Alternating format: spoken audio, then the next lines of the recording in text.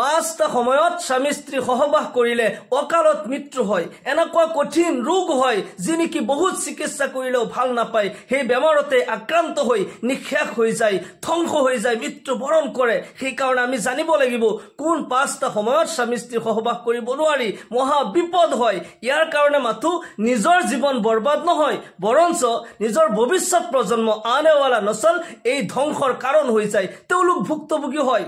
স্বামী স্ত্ৰী এজন পুৰুষ এগৰাকী মহিলাৰ মাজত যেতিয়া বিশেষ এটি নিয়মৰ মাধ্যমত ইজাব আৰু কবুল সম্পন্ন হৈ যায়, তেতিয়া তেওঁলোক স্বামী স্ত্ৰী, তেওঁলোকৰ মাজত সকলো কিছু হালাল হয়। আল্লাহ ৰব্বুল আলামিন এই ৰিষ্টা জান্নাতত কায়েম কৰি দিছে। হযৰত আদম আলাইহিস সালাম আৰু হযৰত হাওয়া আলাইহিস সালামৰ জৰিয়তে তেওঁলোকৰ নিকাহ কৰাই এই পৃথিৱীৰ এই বিশ্ব ব্ৰহ্মাণ্ডৰ মানৱ জাতিৰ আল্লাহ তাআলাই সৃষ্টি কৰিছে। স্বামী স্ত্ৰী ইজন সিজনৰ কাৰণে হালাল হয়। আল্লাহ তাআলাই কুৰআনে কাৰিমত কয়, হুন্না লিবাসুল লাকুম ওয়া আনতুম লিবাসুল লাহুন্না। তেওঁলোক তোমালোকৰ পোছাকৰ দৰে, তোমালোকৰ বস্ত্ৰৰ দৰে, আৰু তোমালোক তেওঁলোকৰ বস্ত্ৰৰ দৰে। যিদৰে আমি পোছাক পৰিধান কৰিলে, বস্ত্ৰ পৰিধান কৰিলে আমাৰ ইজ্জত আৰু আবৰু নিৰাপদে থাকে, ঠিক তেনেদৰে এজন পুৰুষ যেতিয়া নিকাহ কৰি লয়, এগৰাকী মহিলা যেতিয়া নিকাহ হৈ যায়, ইজন সিজনৰ সেফ গাৰ্ড হয়, ইজ্জতৰ সন্মানৰ সেফ গাৰ্ড হয়। আল্লাহ ৰব্বুল আলামিন এই ৰিষ্টা জান্নাতত সজাই দিছে। স্বামী স্ত্ৰী তেওঁলোকৰ মাজত সকলো কিছু হালাল হয়, কিন্তু পাঁচটা সময়, যি পাঁচটা সময়ত স্বামী স্ত্ৰী সহবাস কৰিলে ডাঙৰ বিপদ হয়, এনেকুৱা বিপদ হয় যাৰ পৰা উদ্ধাৰ হোৱাৰ কোনো ৰাস্তা নাই, নিজৰ জীৱন ধ্বংস হৈ যাব পাৰে, অকালত মৃত্যু হ'ব পাৰে। এক নম্বৰ হৈছে যি সময়ত নেকি মহিলাগৰাকী হেজ অৱস্থাত থাকে, মাহেকীয়া যেতিয়া হয়, সেই সময়ত সহবাস কৰা আল্লাহ ৰব্বুল আলামিন হাৰাম কৰি দিছে। কুৰআনে কাৰিমত আল্লাহ ৰব্বুল আলামিন এনেদৰে ইৰশাদ কৰে, ইয়াসআলুনাকা আনিল মাহিজ কুল হুয়া আযান ফা'তাজিলুন নিসা ফিল মাহিজ ওয়ালা তাকরাবুহুন্না হাত্তা ইয়াতহুরন। আল্লাহ রব্বুল আলামিনে কয়, হে নবী, যেতিয়া আপোনাক কোনোবাই হেজ সম্পৰ্কে প্ৰশ্ন কৰে, আপুনি কৈ দিব কুল হুয়া আযান, হেয়া গন্দগী হয়, হেয়া নাপাকি হয়। আৰু যেতিয়া এগৰাকী মহিলা হেজ অৱস্থাত থাকে, তেওঁলোকৰ পৰা কিনাৰা কাশি কৰিবা। ওয়ালা তাকৰাবুহুন্না হাত্তা ইয়াতহুৰন, তেওঁলোকৰ ওচৰত নাযাবা এহাতকে তেওঁ পবিত্ৰ হৈ যাক, পবিত্ৰ হোৱাৰ আগত ওচৰত নাযাবা। এই আয়াত যদি আপুনি বিশ্লেষণ কৰে, এই আয়াতৰ দ্বাৰা এই কথা কোৱা হৈছে, বুজোৱা হৈছে, যেতিয়া মহিলাগৰাকী হেজ অৱস্থাত থাকে, যেতিয়া মাহেকীয়া হয়, তেওঁলোকৰ ওচৰত নাযাবা মতলব এই কথা নহয় যে বিছনা আলাগ কৰি দিয়া, খানা পিনা বেলেগ কৰি দিয়া। এই আয়াতৰ মতলব এইটো নহয়। এই আয়াতৰ মতলব হৈছে সেই সময়ত মিলন নকৰিবা, মিলনৰ পৰা আঁতৰি থাকা যেতিয়ালৈকে পবিত্ৰ হৈ নাযায়। আৰু সেই সময়ত যদি কোনোবাই মিলন কৰে, সহবাস কৰে, তেতিয়াহ'লে তেওঁ নিজে নিজৰ ধ্বংসৰ কাৰণ হৈ যাব।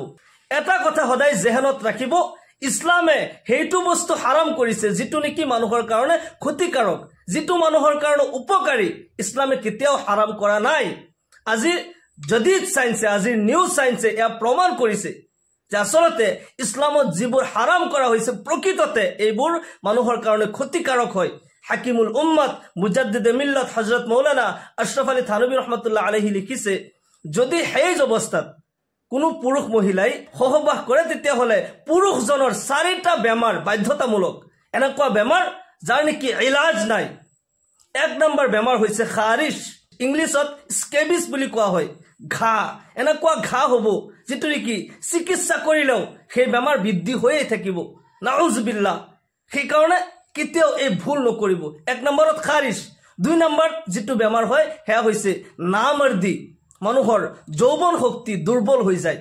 মনত ৰাখিব, নিজেই কিন্তু নিজৰ ধ্বংসৰ কাৰণ হয়। যেতিয়া আপুনি দুৰ্বল হ'ব, সংসাৰত যেতিয়া অশান্তি আহিব, এটা জীৱন নহয় 2-3টা জীৱন আপুনি বৰবাদ কৰি দিলে, নিজে নিজৰ ধ্বংসৰ কাৰণ হৈছে। সেইকাৰণে কেতিয়াও এই ভুল নকৰিব। 3য় নম্বৰ যিটো বেমাৰ, হাকিমুল উম্মত সাহেবে লিখিছে, জ্বলন হ'ব, জ্বলা পোৰা কৰা বেমাৰ। 4 নম্বৰত জুজাম। জুজাম মানে হৈছে পখৰা পখৰি হোৱা, বগা ৰং হোৱা।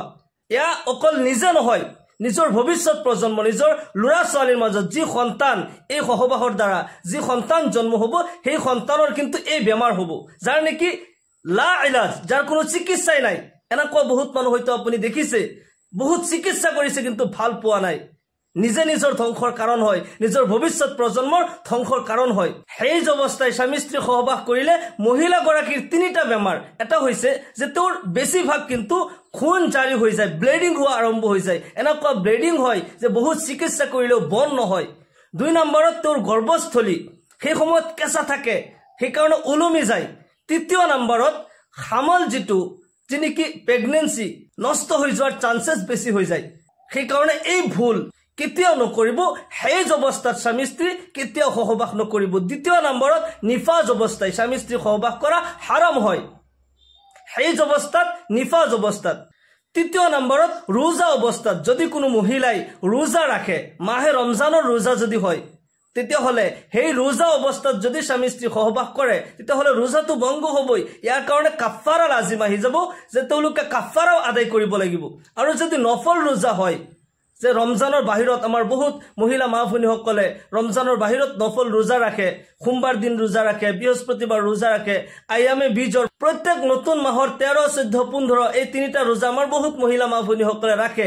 এই ৰোজা অৱস্থাটো যদি স্বামী স্ত্ৰী সহবাস কৰে ৰোজা ভংগ হৈ যাব। কিন্তু মহিলাসকলে নফল ৰোজা ৰাখাৰ ক্ষেত্ৰত স্বামীৰ পাৰ্মিশ্যন লোৱাটো জৰুৰী, স্বামীৰ পাৰ্মিশ্যন লৈ ৰাখিব লাগে। 4 নম্বৰত ইহৰাম অৱস্থাত, হজ কিংবা উমৰাৰ ইহৰাম অৱস্থাত স্বামী স্ত্ৰী সহবাস কৰা হাৰাম হয়। 5 নম্বৰত ইዕতিকাফ অৱস্থাত স্বামী স্ত্ৰী সহবাস কৰিলে ইዕতিকাফ ভংগ হৈ যাব। এই 5টা সময়ত স্বামী স্ত্ৰী সহবাস কৰা হাৰাম হয়। এই সময়ত সহবাস কৰিলে বিপদ হয়। ইছলামত এটা কথা মই আগতে কৈ দিছো, ইছলামত সেইটো হাৰাম কৰা হৈছে যিটো নেকি মানুহৰ কাৰণে ক্ষতিকাৰক, আৰু যিটো নেকি মানুহৰ কাৰণে ফায়দা উপকাৰী সেইটো ইছলামে কেতিয়াও হাৰাম কৰা নাই। সেইকাৰণে আমি ইছলাম বুজিব লাগিব, শৰীয়ত বুজিব লাগিব। আল্লাহৰ নবী সাল্লাল্লাহু আলাইহি ওয়াসাল্লাম বিদায় হজৰ বাহনত কৈছিল, তাৰাকতু ফিকুম আমৰাইন লান তাজিল্লু মা তামাসসাকতুম বিহিমা কিতাবুল্লাহ ওয়া সুন্নাতু ৰাসূলি। হে মোৰ উম্মতসকল, মই তোমালোকক 2টা বস্তু দি থৈ যাওঁ, যেতিয়ালৈকে তোমালোকে এই 2টা বস্তুৰ ওপৰত আমল কৰিবা, যেতিয়ালৈকে সাৱটি ধৰি ৰাখিবা, তোমালোক কাহানিও পথভ্ৰষ্ট নোহোৱা। সেয়া হৈছে কিতাবুল্লাহ ও সুন্নাত ৰাসূলি, আল্লাহৰ কিতাব অৰ্থাৎ কুৰআনে কাৰীম আৰু নবী সাল্লাল্লাহু আলাইহি ওয়াসাল্লামৰ সহিহ হাদিসসমূহ। যেতিয়া আমি কুৰআন আৰু হাদিসৰ মুতাআলা কৰিম, কুৰআন যেতিয়া বুজি পঢ়িম, যেতিয়া আমি গৱেষণা কৰিম, তেতিয়া আমি চলাৰ ৰাস্তা পাই যাম, আমি গুমৰাহীৰ পৰা পোহৰলৈ আহিব পাৰিম। কোনোবাই কিবা এটা কৈ দিছে অন্ধ ভক্তৰ দৰে যদি আমি চকুমুদি মানি লৈছো, সেয়া মোৰ কাৰণে ভুল হয়। মই নিজে বিশ্লেষণ কৰিব লাগিব, বুজিব লাগিব আচলতে এই বস্তুটো হাৰাম কিয়।